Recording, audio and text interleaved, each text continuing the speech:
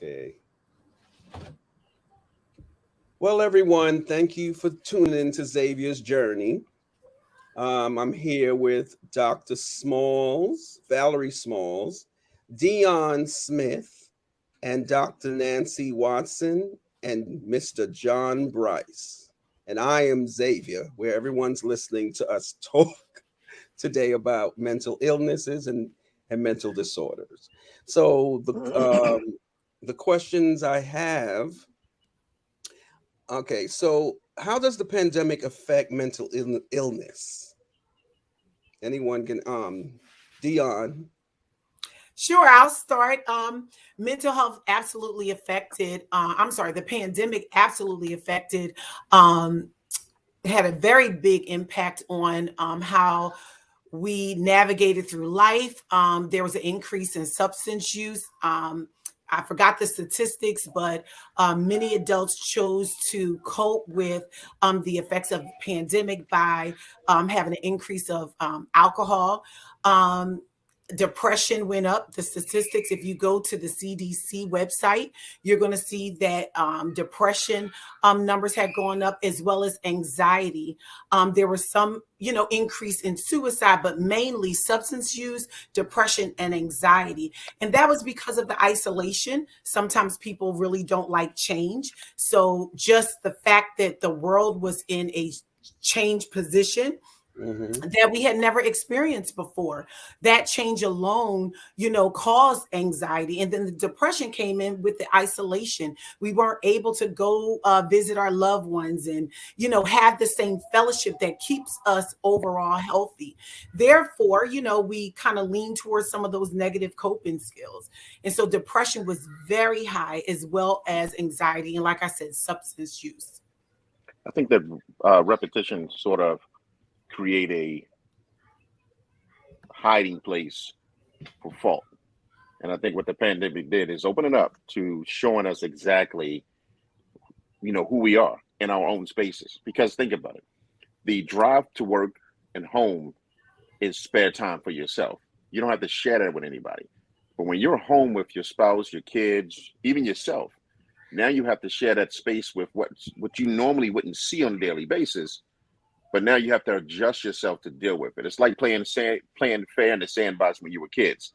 When you were in the sandbox by yourself, it was fine. Everything was great. And then all of a sudden, somebody else bring their toys over in the sandbox with you. And that's when it starts, because now you're trying to be protective of your own. You're possessive of your own space.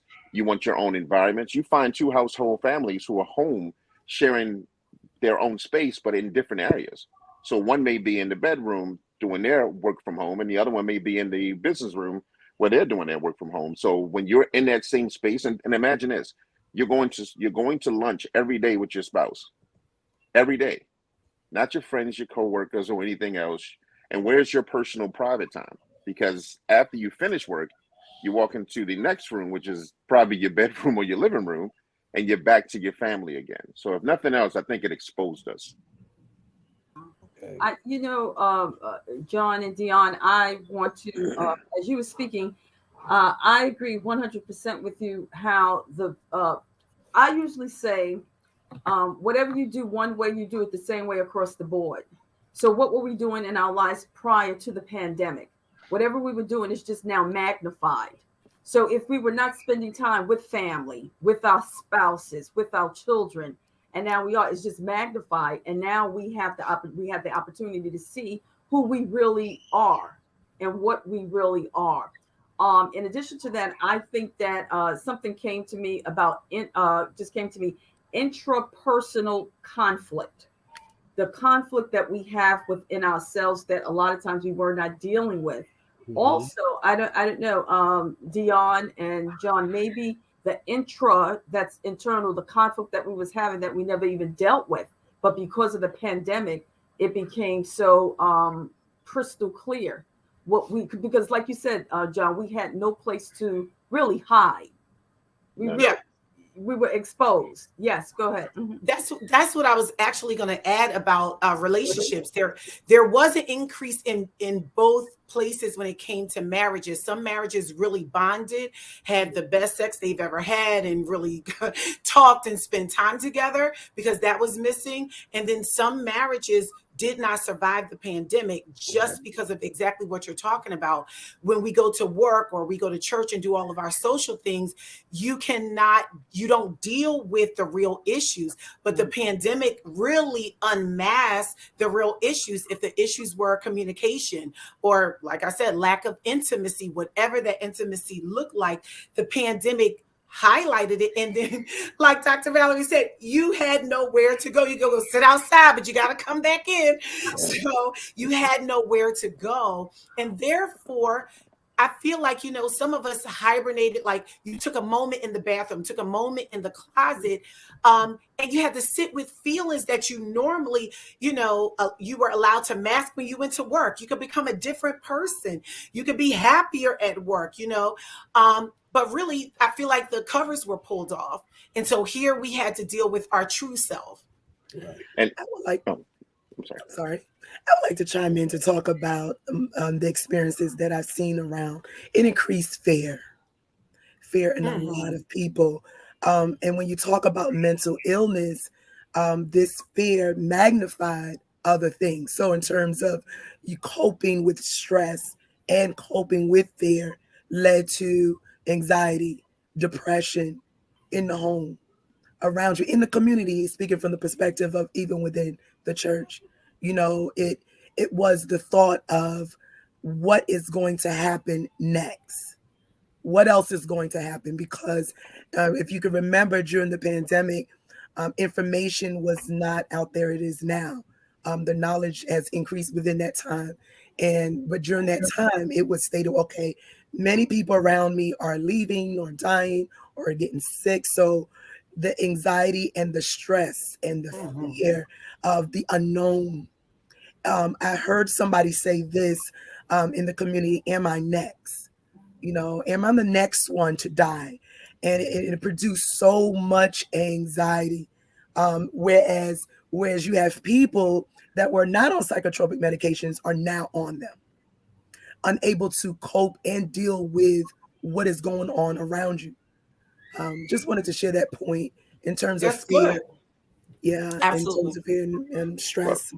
Well, and to add to that too, if I can, think about this: your mental illness doesn't just affect two-parent households; doesn't affect just any separate individual. It's a universal concept. This happened in the midst of us dealing with life as it was anyway. Period. So now I'm in a room with an individual who doesn't have the answer, just like I don't have the answer. But also look at this from the other part. Individuals who are suffering with mental illness, they may have their own space. So now every place they go, there we are. So if we were at work and an individual suffering with mental illness who was homebound, now do their 9 to 10 o'clock market trip. Well, guess what? We're there now. So their space is being equally shared with us, and it's probably exacerbating their conditions. Even though, and think about how our faces look. We have no answer to this. So the individuals who would normally be your normalcy is now an irritant as well as an exacerbator for your issues too as well. So I think that it really opened up. And another way, it actually unified us too, because it made us understand and made us aware of everybody's space too as well. I like that, John. It did bring a moment of unifying us, bringing us together. Whereas I think you mentioned, Dr. Dion, that families that weren't used to doing certain things, their relationships increased. Even within our children, mothers and fathers that have not spent so much time with their children was forced, literally, because remember, the educational system was online. Yeah, it was online. It was through Zoom classes. So the interaction with the families, relationship built, as well as parents were frustrated because now I got to be on with my son or daughter for 8 hours, and and they have to be teachers, which Yes. is different. And then also, for me, my family's in Jersey. I'm living by myself in the Bronx, Harlem. And so it took me to a place where I had to stay before the throne of grace a lot. It reminded me Moses' days with Pharaoh and let go my people. So it reminded me of when God sent down the plague. That's what it sounded like to me. And it was just time for me to just stay before the Lord, pray, stay within myself, get to know myself. Because for those 3 months when they shut down New York City, we couldn't do anything. Mm-hmm. Xavier, if I can add to that too, if we can put ourselves in the mindsets of the caretakers. So the caretakers, whether being a caretaker for an elder individual who's dealing with mental illness or a young individual, their only break is usually when that person goes to adult daycare, if that individual goes to daycare or to school. So imagine now they have absolutely no outlet. Right. That is it. What they're dealing with now is 100% the situation. They're dealing with all the emotions. They're dealing with all the energy, and there is no break for this. What happens to them? Because now their mental health is at stake while dealing with trying to handle individuals with mental illness. Right. Yeah, it was a lot, and we should definitely highlight grief. Grief was all around. Death was all around. And like, Dr. Nancy said, fear, grief and fear. And again, the what's next mentality, but our children didn't understand. My mom, papa, different ones, auntie such and such. And I want to talk about our elders experience the loss, the elders that came through the pandemic. You have to understand, most of them lost like 5 to 7 people. So even now that we're on the other side of it, for the most part, they have lost our senior citizens have lost quite a few friends. Lost quite a few friends as a result. So, some of this is still lingering. I know that there's been an increase in people who are on psychotropic meds, now, since we're kind of on the other side of it. Dion, it's interesting that you said about grief. Just personally for myself, after the 25th death, I stopped counting. Yeah. I stopped counting. Yeah. And I didn't have time to grieve. Right. You really did. Mm-hmm. I didn't have time to grieve because I had to work. I had to keep on going. And almost I became numb. I just became numb because it was so much death around me and with my family, my friends. So just talking about grief, it was very interesting too. So do you think that Dr. Nancy and Dion and John, do you think that we talking about grief, because now we are definitely moving into mental health, because how are we dealing? We're not really post-pandemic, but you just said something that was very key, Dr. Watson. You really didn't have an opportunity to grieve. Okay, so is that showing up? I don't know, Dion, John, Dr. Watson, is it showing up in other areas? Has it started to play itself out in other areas that we are consciously aware of and probably not unconsciously aware of? Because that's something that you really, that's critical. And we spoke in the first meeting, we spoke about trauma. Okay. I'm not going to bring that in on this platform, but not dealing with that grief, is it showing up in other areas? And I want to know if we should be on guard for that. Well, I'm sorry. No, really quickly, that's why I believe that there was an increase in substance use.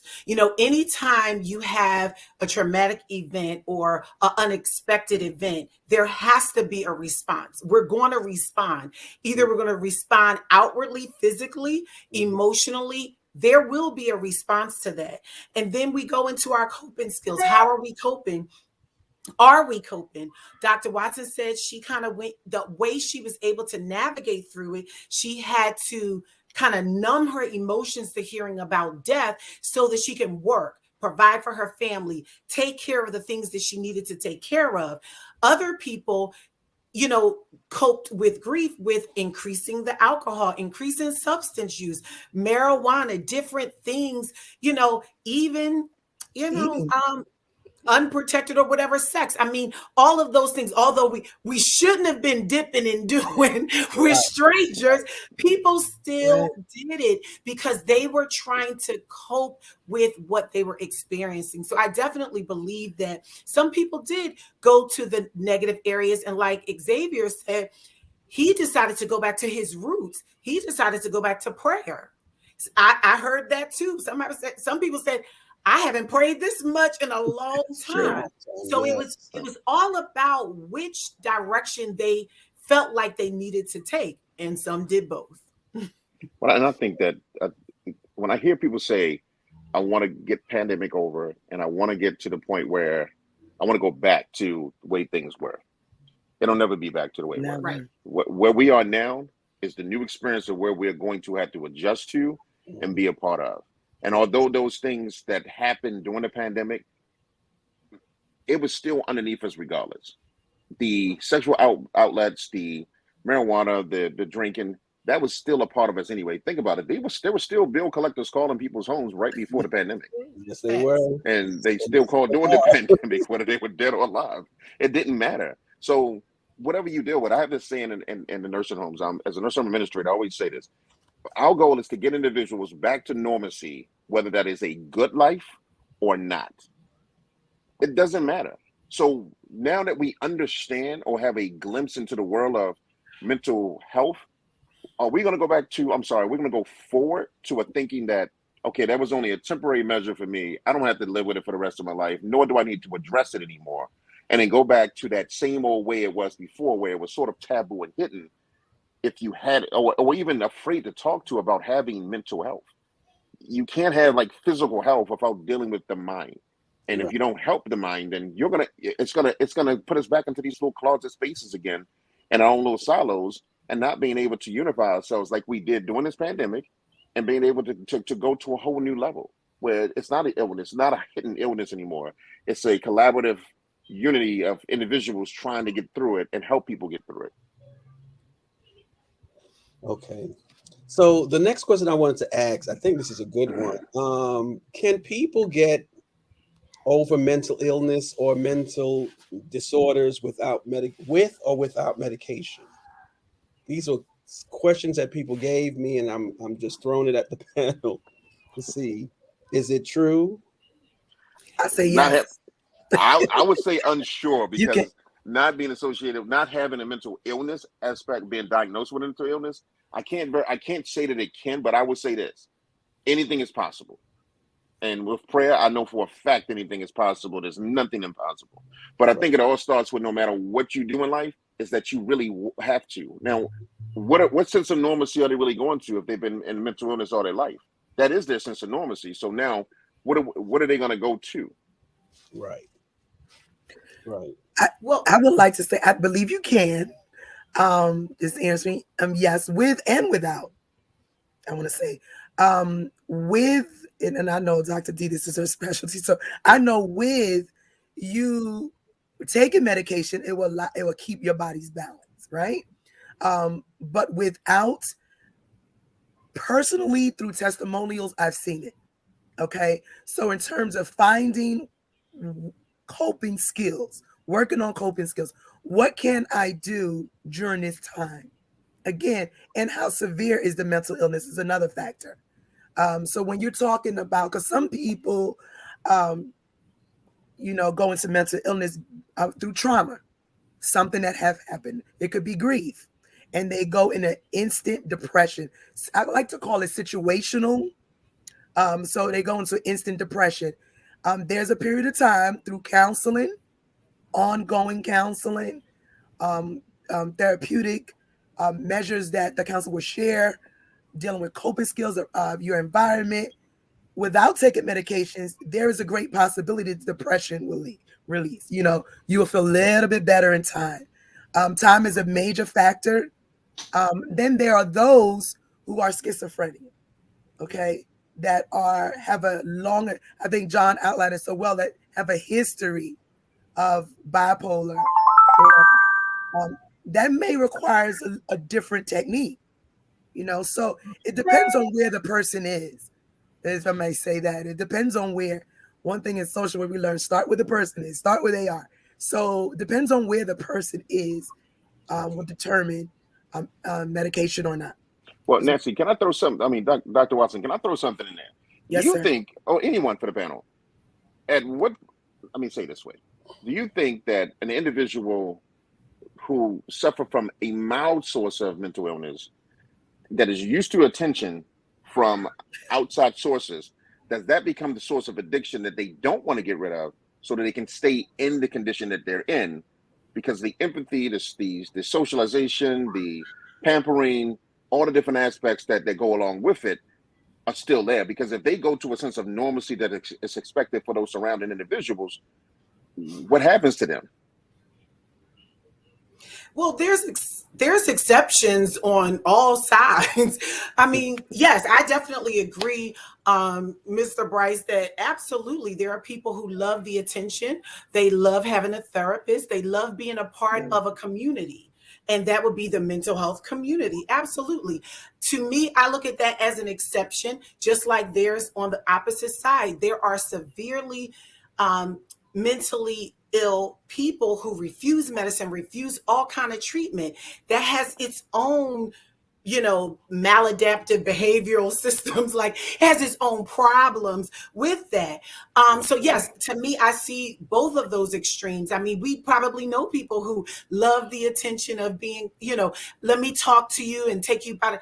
But I never, as a clinician, I never want to get to the point where I start to burn out and see people through that lens, because it becomes hard to see when someone is authentic and then when someone is attention seeking, and understand that some attention seeking behaviors are a part of the diagnosis of what they have. We had a diagnosis of histrionic personality disorder, and that personality disorder absolutely included attention seeking. That would include sexy clothes and always needing constant attention. Narcissism, all of that includes attention seeking.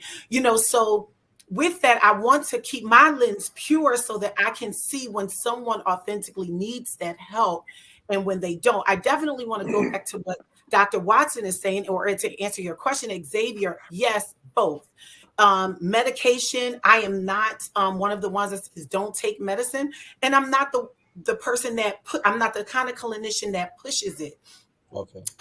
When you are severe, I love what Dr. Watson says. There is a spectrum. There is a scale for everything: moderate, mild, severe, moderate, severe. And where you are on that spectrum may, determine medication is needed. The way I like to give what I like to call the walking wounded, a little hand holding when it comes to medicine, I'll say, talk with your doctor, ask them to start you out with something mild. See if this works for you. Because mind you, we've all heard depression medication commercials where they're saying, and the side effect is suicidal ideations. And I'm looking like, now, it's true. Right. So I know a lot of people are afraid. And then a lot of people are using the homeopathic way. They're doing yoga or the all natural teas. And sometimes marijuana plays a part. Sometimes people want to medicate naturally. And I'm not opposed to that. If your mental health issues impair you in two major functions of your life, home and work, home and school, work and community, you may want to get evaluated to see where you are on that severity spectrum to see if medication is needed. Wow. So in essence, it's really is no one size fit all. It's just where everyone is at. Okay. Definitely. Right. Wow. Sounds good. Can I before you let me add to this, because I love this. This is bringing out that meat that we need to actually to address. Do you think? Let me say this. I think that when we talk about medication and we talk about treatment, we speak from if I would say from 0 being the worst, 10 being the best, we speak from maybe a 8, 9, 10 scale of individuals who are practicing.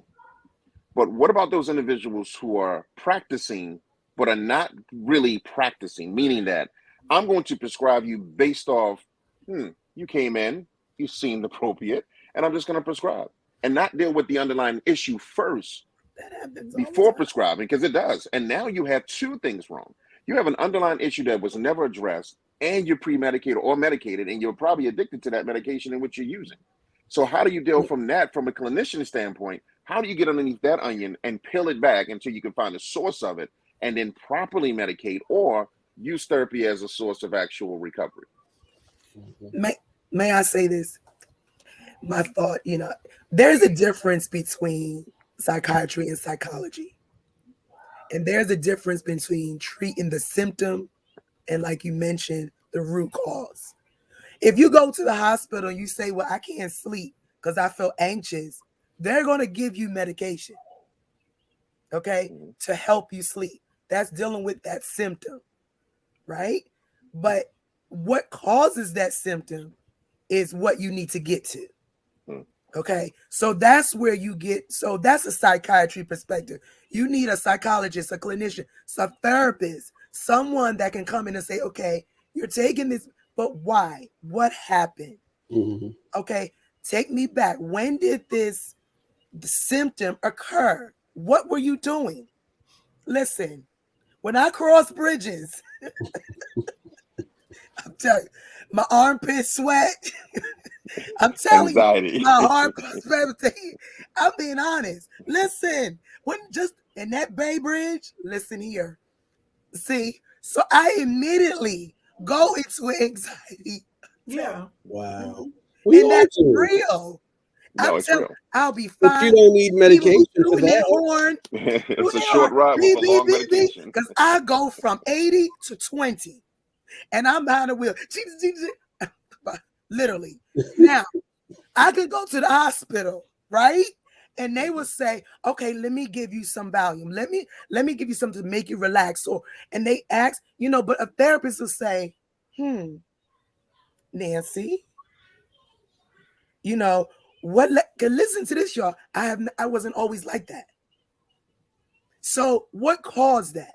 What happened in your body? Right. Now I can say my children, because they bring a chemical imbalance, but nevertheless, somebody may say something else, right? So it's being able to identify what is the root cause, what is the cause that allows you to your body to respond in these ways. I just go ahead and just see, we have to be careful with that, Dr. Watson, because this is where Dion and John went on that tangent into history. So we can't. I because we started dealing with the core. See, so I can't say what I want to say because I'm afraid that they might go back there again in this episode. Right. So I'm not going to. But Dr. Nancy, if you were on the other meeting we had, is that core? Are we dealing with the issue with what's transpiring? So I'm not going to get into it. I'm gonna leave it right there because I know we have to stay focused. So go ahead. I don't think we take offense to that, right? No. And I'm gonna say, when it comes to what you said, John, there are two sides there. You're going to have prescribers who immediately will prescribe medication. Like Dr. Watson said, you go to ER, you're going to get medication, right? But what we do in Louisiana, what I've observed in Louisiana, is if you go to your primary care and say, is depression and I'm this and I'm that, they will prescribe something to you, but then they're going to say, before I refill this prescription, you have to get connected to a therapist or an agency that will then do the therapy and things like that. There are people like Dr. Watson. For the most part, every day she's fine. When she goes over bridges, she has an anxiety attack. If I was her therapist, I would give her skills that she would use prior to going on the bridge, while on the bridge, after the bridge, and she's back to fine. I wouldn't necessarily give her medicine for it.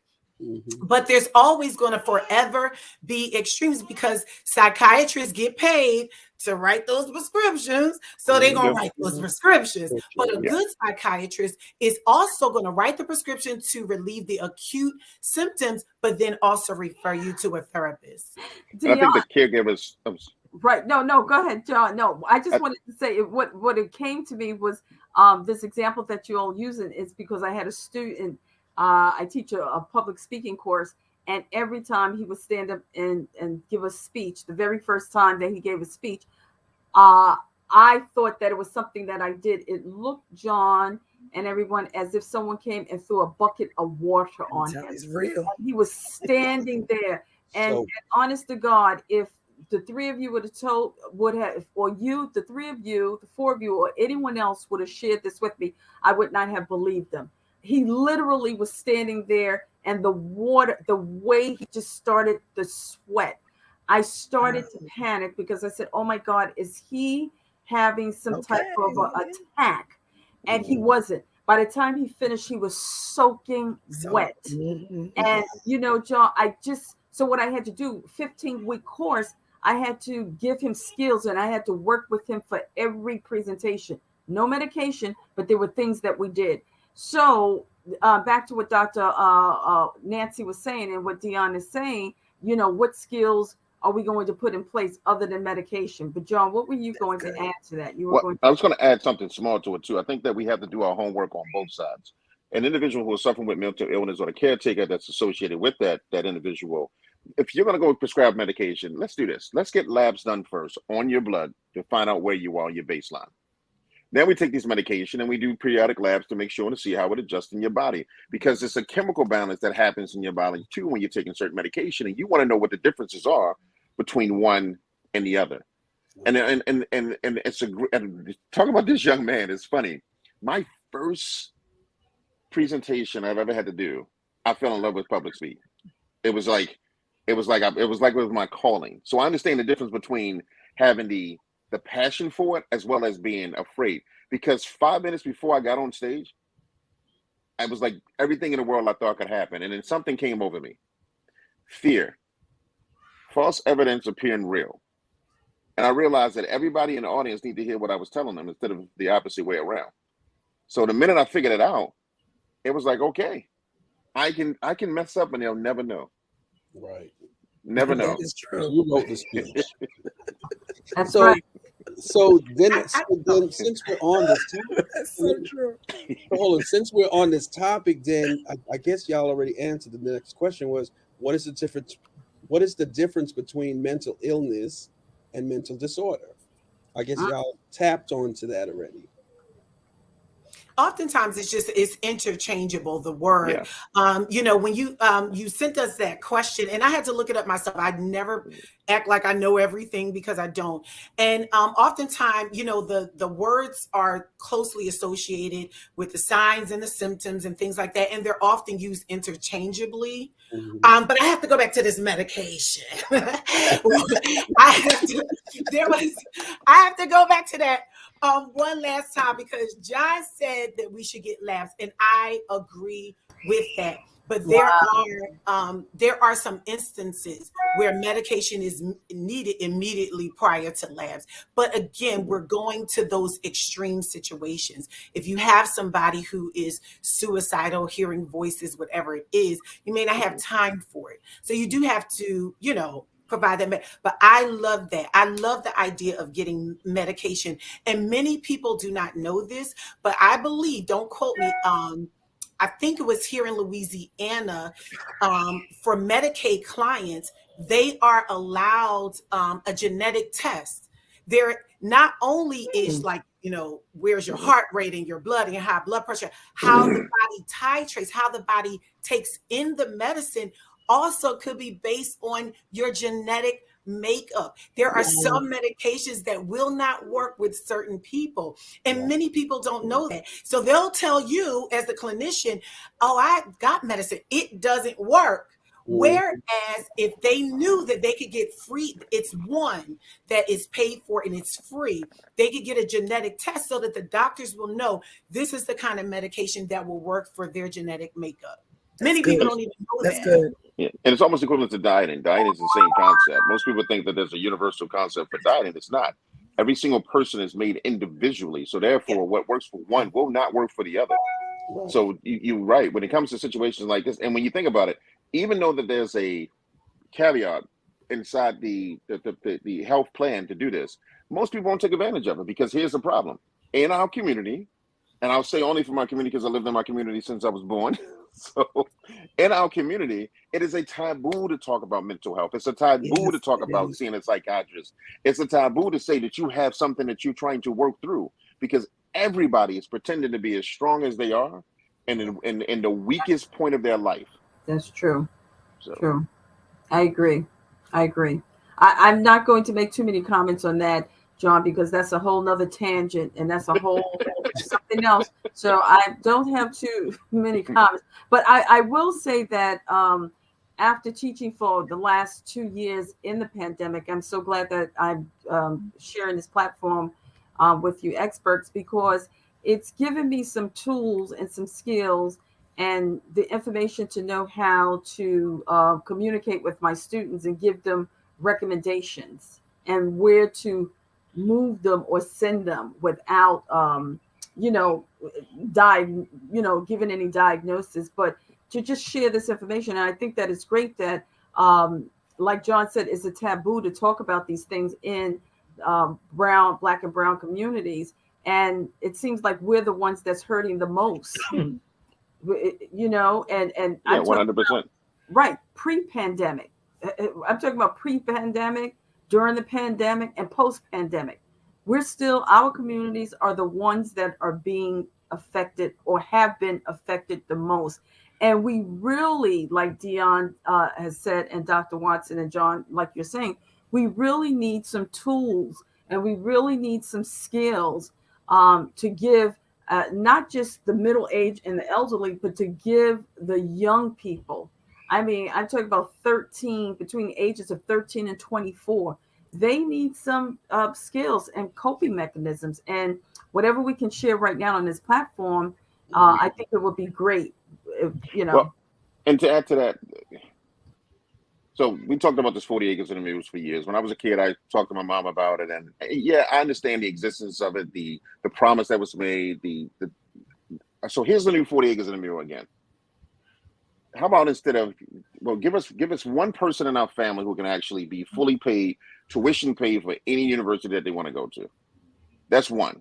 Two, because of the atrocities of our past, because of we talked about this a little bit on a previous segment, but I'm not going to go too down. We're not going to go too deep in this one. But because of the atrocities of our past, you should make it not only available, but propaganda. Here's the key to propaganda. Make it okay for us to utilize therapeutic service to actually get past this process of torture. Because you remind me every single year for 28 days that slavery exists. Every single year. Even for those children who are growing up now, you're taught that there was an atrocity that happened to you every single year for 28 days out of that year. Now, there is no other culture who's went through the atrocities we went through that is consistently reminded of the same problems without having therapeutic services there to actually cope them through it. And that is the biggest problem because we're still living the same old cycle of abuse and trying to cope with it.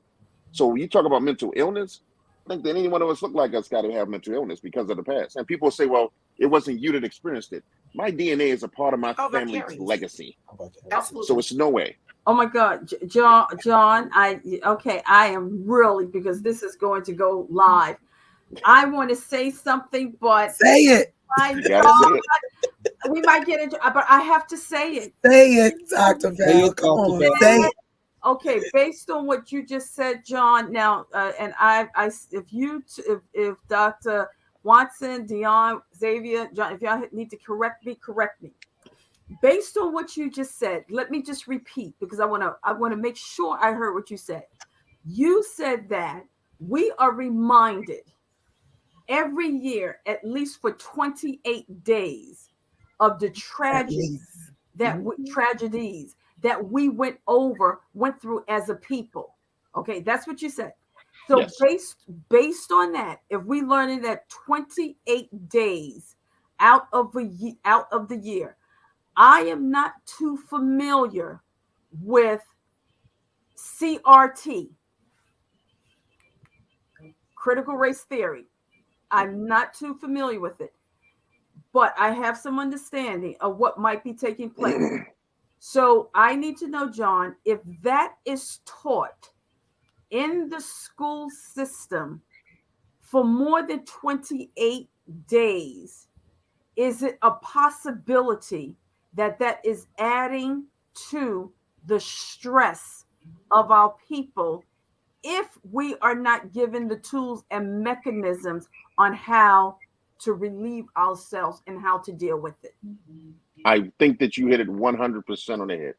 Because I think the problem is this. Think about this. When they teach us habit forming things, there is a measurement of time in which it takes for that habit to form. But when that habit forms, it's a creative process in us. Now, for an individual to be subject to that every single time, and here's the case, every single individual they speak about for the lifespan of not being associated with equality, for the lifespan of fighting for the decencies to have basic rights, and the atrocities of murder for most of these individuals who we speak highly of every single year is a reminder of it. It's like going through the Holocaust over and over again, saying that the simple atrocities that they, and yes, some of the experiments that they took from that, I'm not concerned with the experiments they took from the Holocaust in this way. It still took life. You should not take life to advance life. I'm sorry. I draw the line. I don't care if you what race you are, and that's still with us too. So you have to respect that we have gone through something that we are constantly reminded of every single year, and it's like Groundhog's Day. There is no outlet for this at all. Okay, so then, Dion and Dr. Watson, what are we supposed to be doing? Because to me, this is a tragedy right here, and this brings fear. This brings anxiety.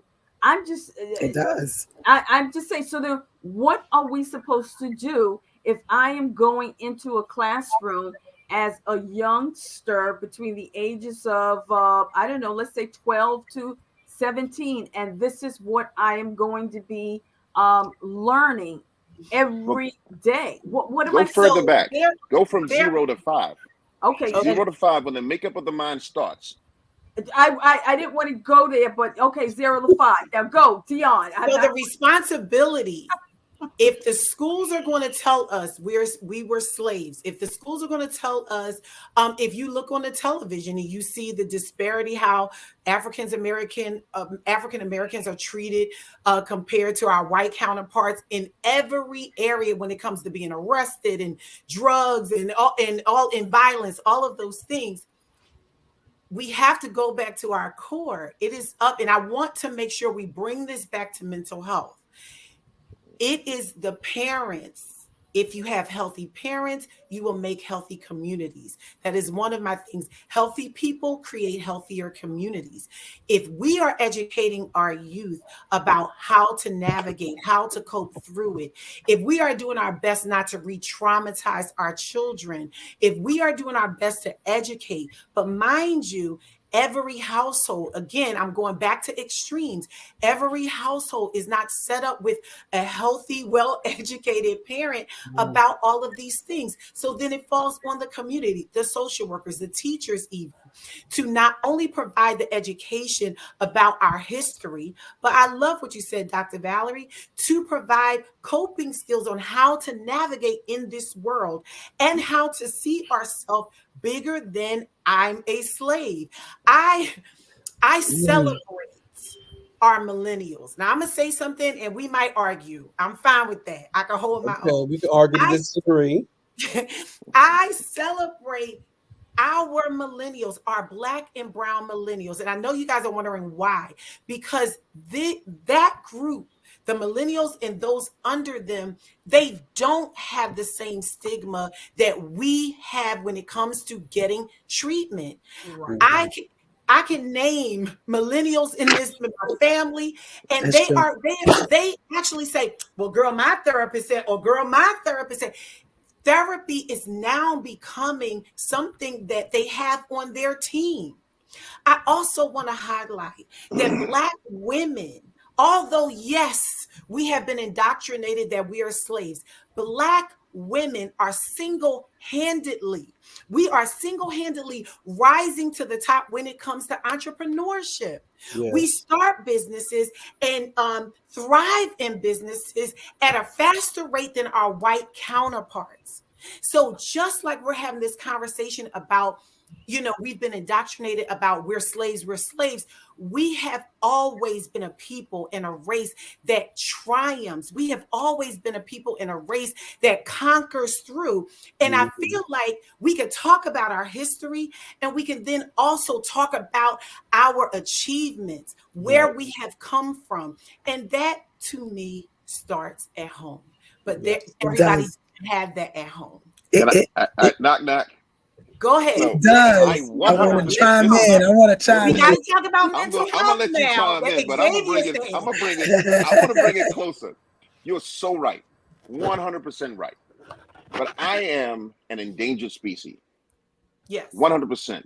Yes. I'm so much of an endangered species that I have to be in the animal kingdom a chameleon. Facts. Because if I let my ferocious nature be my presence, I become a target. Facts. But if I'm able to adapt, then I can live long. Right. But at what cost to me? As an African-American male, a simple police stop can catastrophically end the generation of my family. Absolutely. Yes. The situation that happened in Buffalo, where a young underneath millennium, what is that, XY, went into a place and thought it carefully or thought it careless enough to end lives of individuals he's never met. Right. An individual who went to a church and worshiped with them. Again, same age limit. But you're taught this. You're taught this evil atrocity for what? For us. And we're victimized over and over again. And they all live. Not that I'm wishing death on anybody. But how is it that these individuals, you telling me if that's not mental illness, not just for the individuals who suffered with it, the individuals who surrounded themselves around it, but us as watching this, that I know for a fact, it's like crossing your fingers and saying, are they going to be found guilty? Or am I going to have to live with this again to know that my life really don't matter in public when you show the atrocity and this person is getting 10, 15 years for mass murder? Where if I put a hood on and a pack of Skittles, I lose my life. And that's mental, and that's trauma and fear. That is trauma. And that falls under, is it mental disorders or mental illness? I think one leads to the other. Right. Yeah. Because I got to teach my son that. I teach my kids that. I can teach my boys that. We are vicariously traumatized, period. We are traumatized. There is vicarious traumatization. I have not been stopped by the police where I couldn't bat my eyelashes and get out of the ticket. I'm not even gonna lie to you. I could bat my little eyelashes, smile a little. Oh, I didn't know, child. It works. Okay, It works. Okay, but what I'm going to teach my son is going to be totally different, right? Yes. We are vicariously traumatized.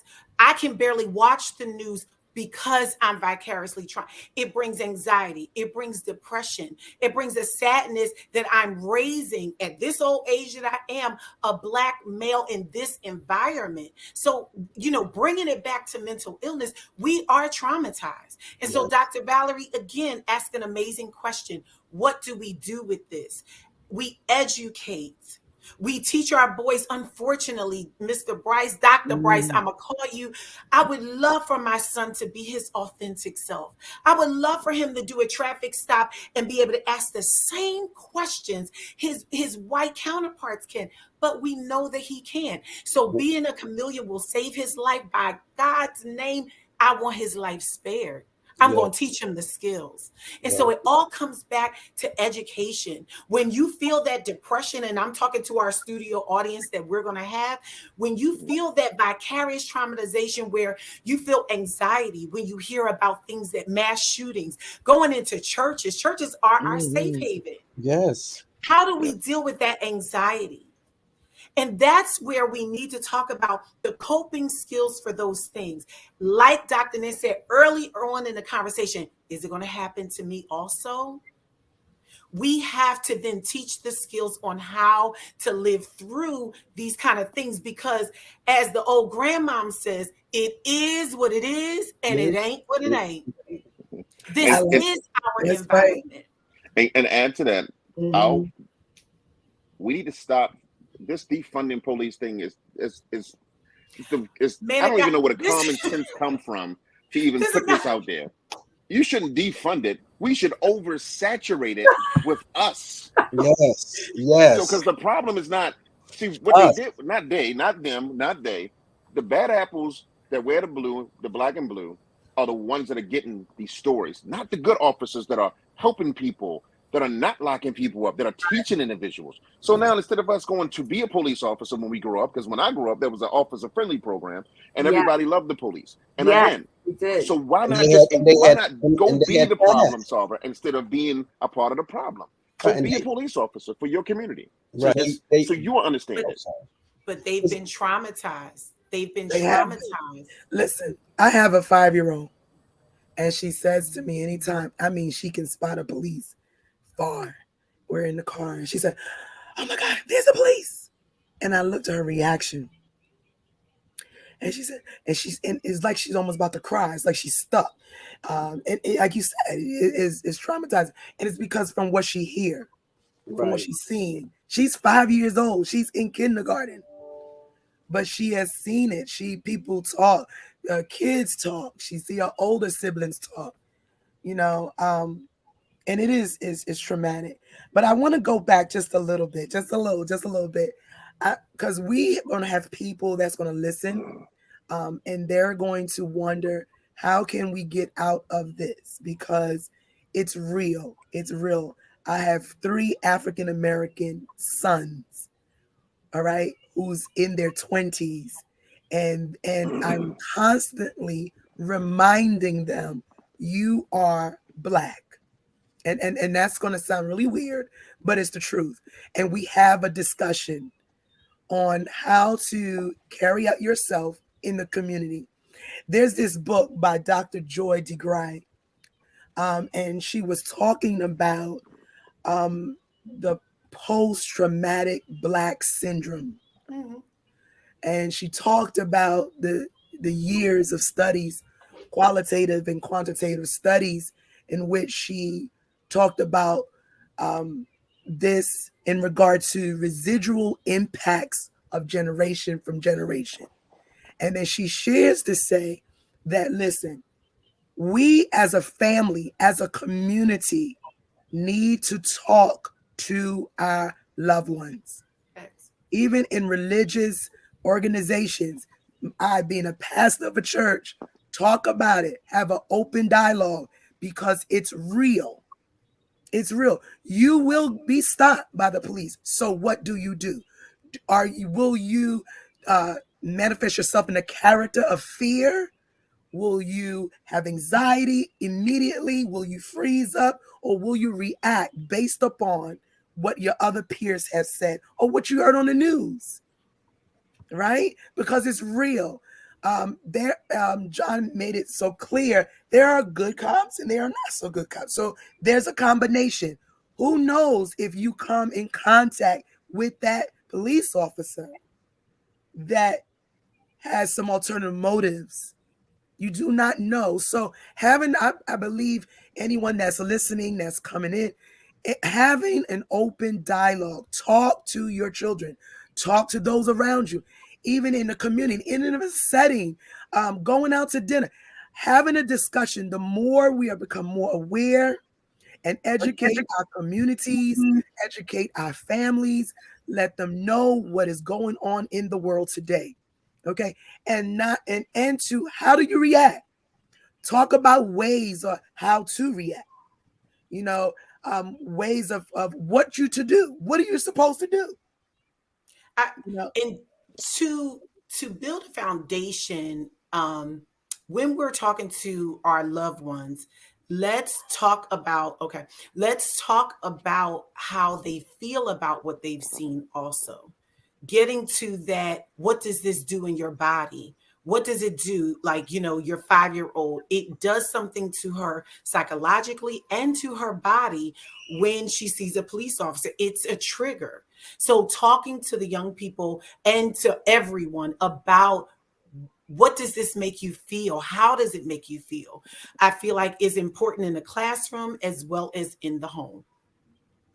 So why don't the NAACP, and I'm calling out my NAACP on this one, where is the support in the ads that support our young people to be themselves? Because think about it.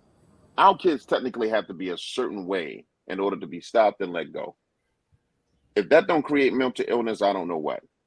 You can't be your own individual because you're afraid of what the consequences are for that. I.e., if my son was to, and I'm afraid for my son's life, both of my kids. Both of my kids have BMWs.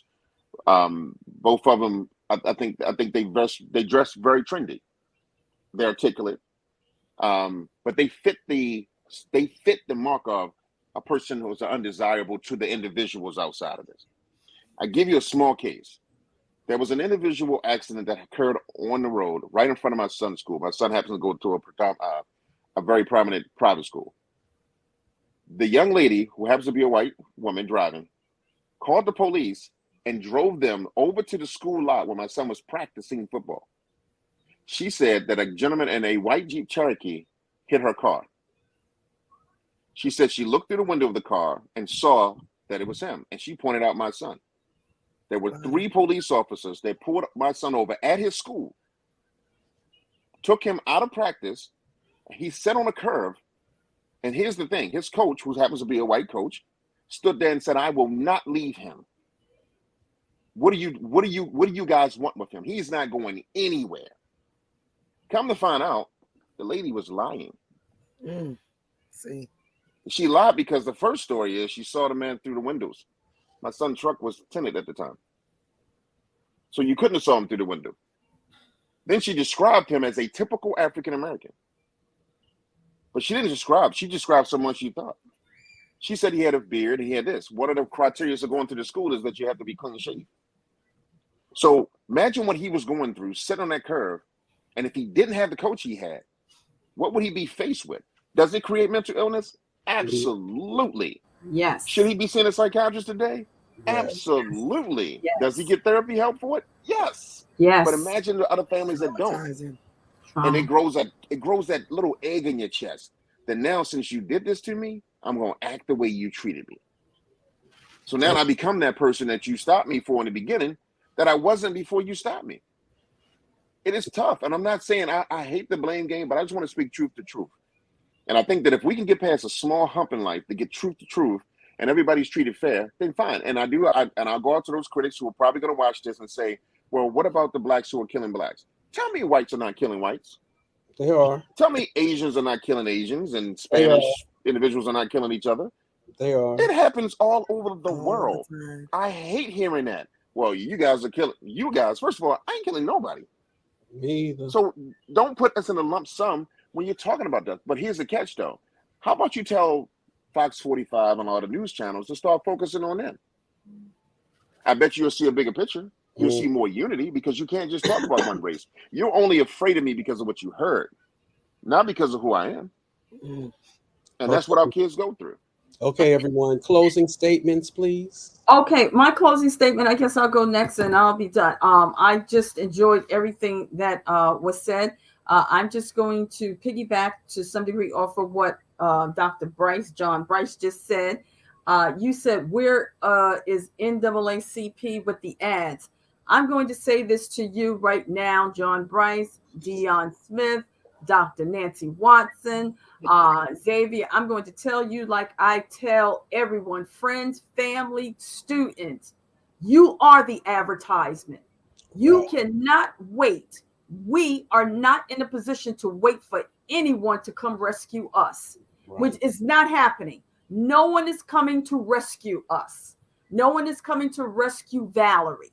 Valerie has to make sure that in her community, she is having an impact. When I go in that classroom, I have to make sure that at the end of 15 weeks, those students do not leave the same way they came in. They're going to get what they paid for and some more. So I cannot rely on the NAACP. I cannot rely on the first Black president. I cannot rely on the first Black Supreme Court justice. I can't rely on them. The only reliance I have is God.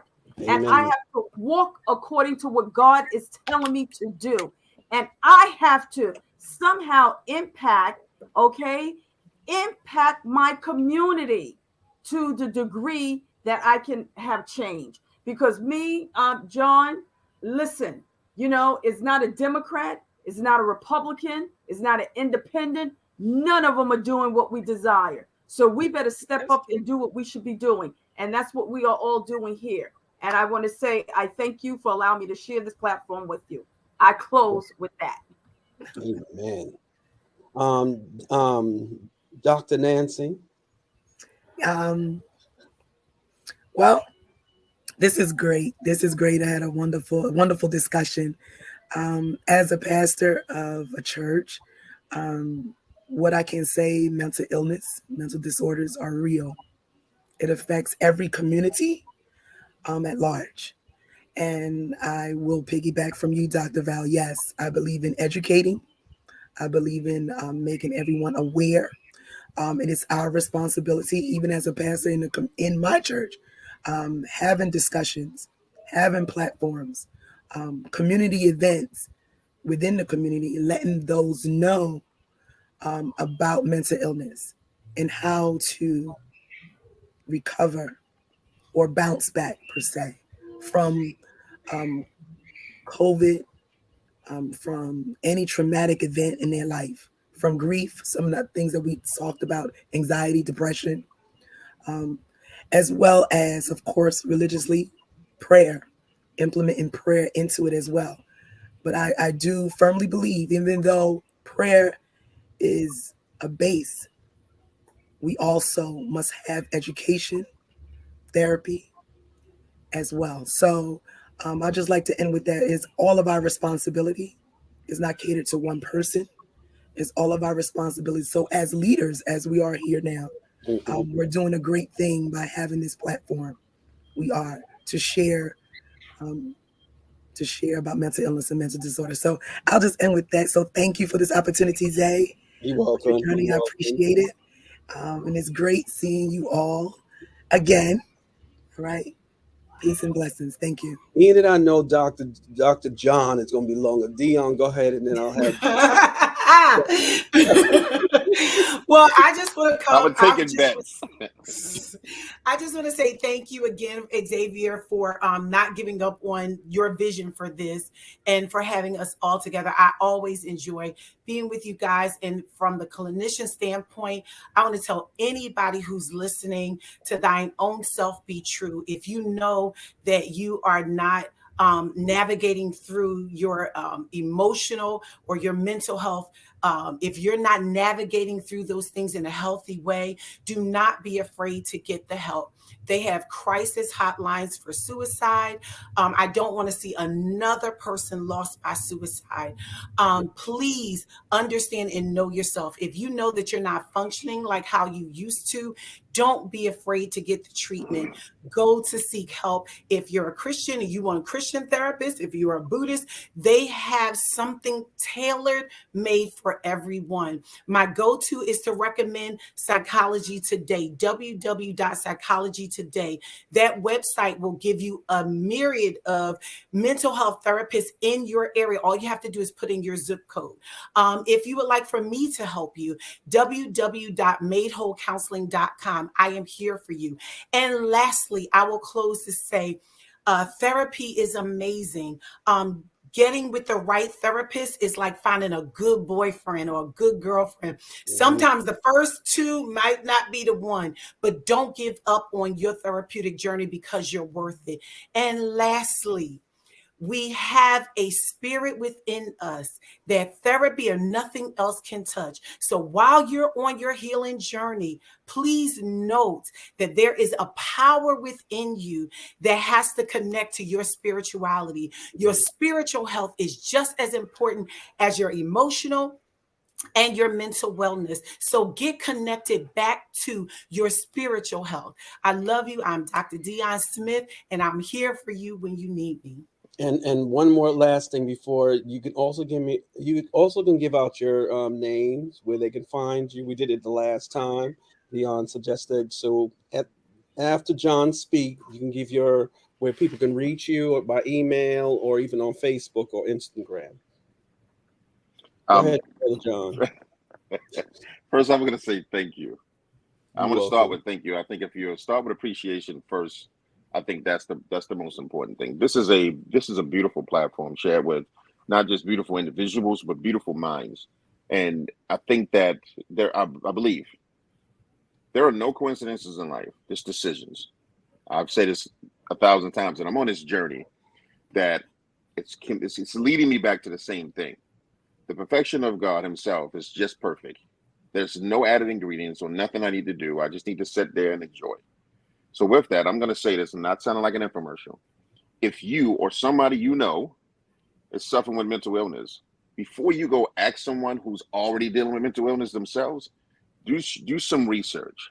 Find out what's going to be appropriate for yourself. That means if you're using Google for different aspects, use that. If you're using Yahoo, use it. Find out what your signs and symptoms are first, then get treated.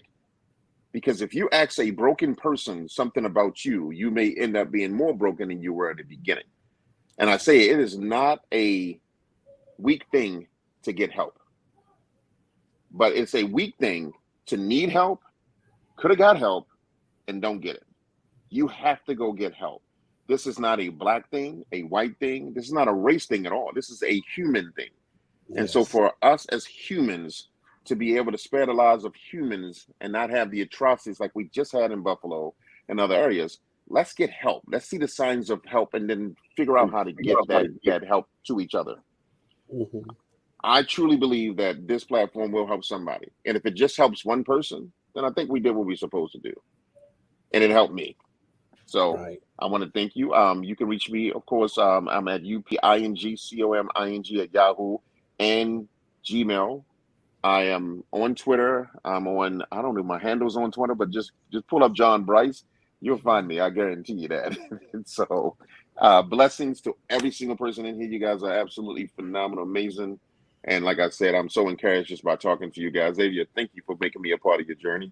Welcome. I appreciate you more than you know. Well, thanks, Dr. Nancy. She was the one that helped me bring you and Dion on. So I'm just grateful for that, because we've been sister and brother forever. Forever.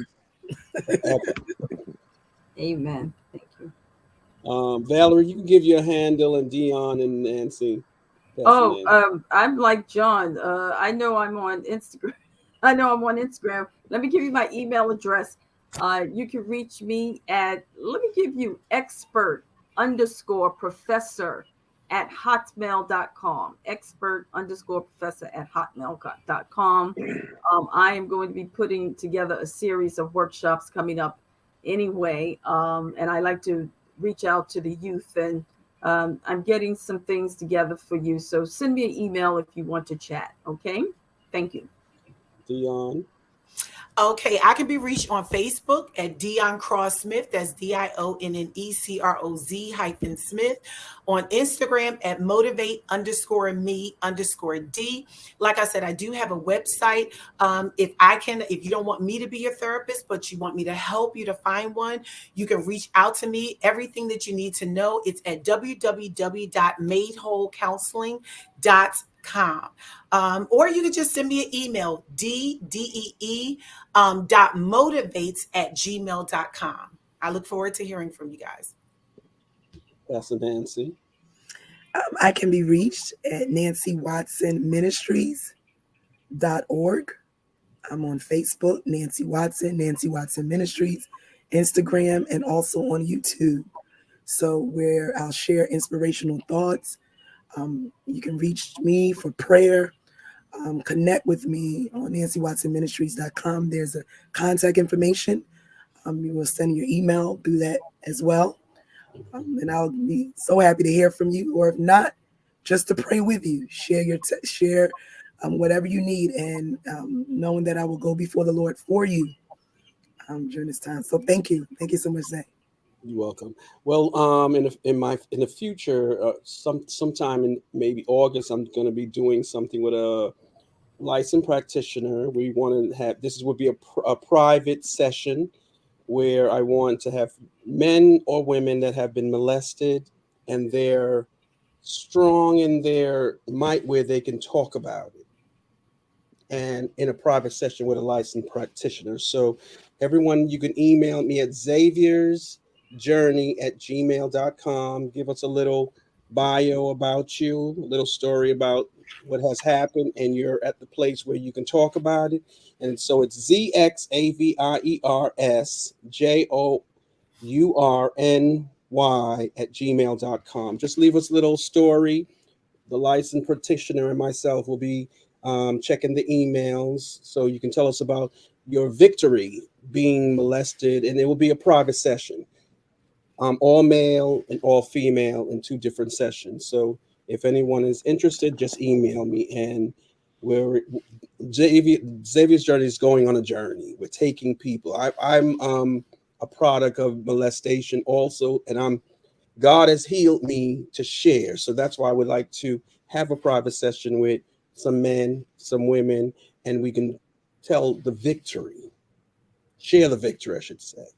Everyone, thank you for being on Xavier's Journey and talking about mental illness and mental disorder. I thank you so much, everyone, for being a part and bringing this together, because without you, I couldn't have done it. So I thank you, everyone, again. Dr. Valerie, Dr. Dion, Dr. Watson, and Dr. John Bryce.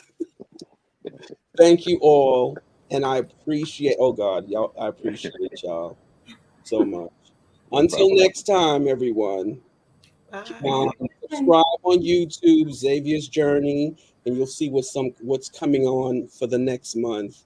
We have some new topics that I'm gonna bring the panel back together again for some hot topics. Hot topics. Ready when you are. All right. Thank you. Bye. Take care. Good night. Good night.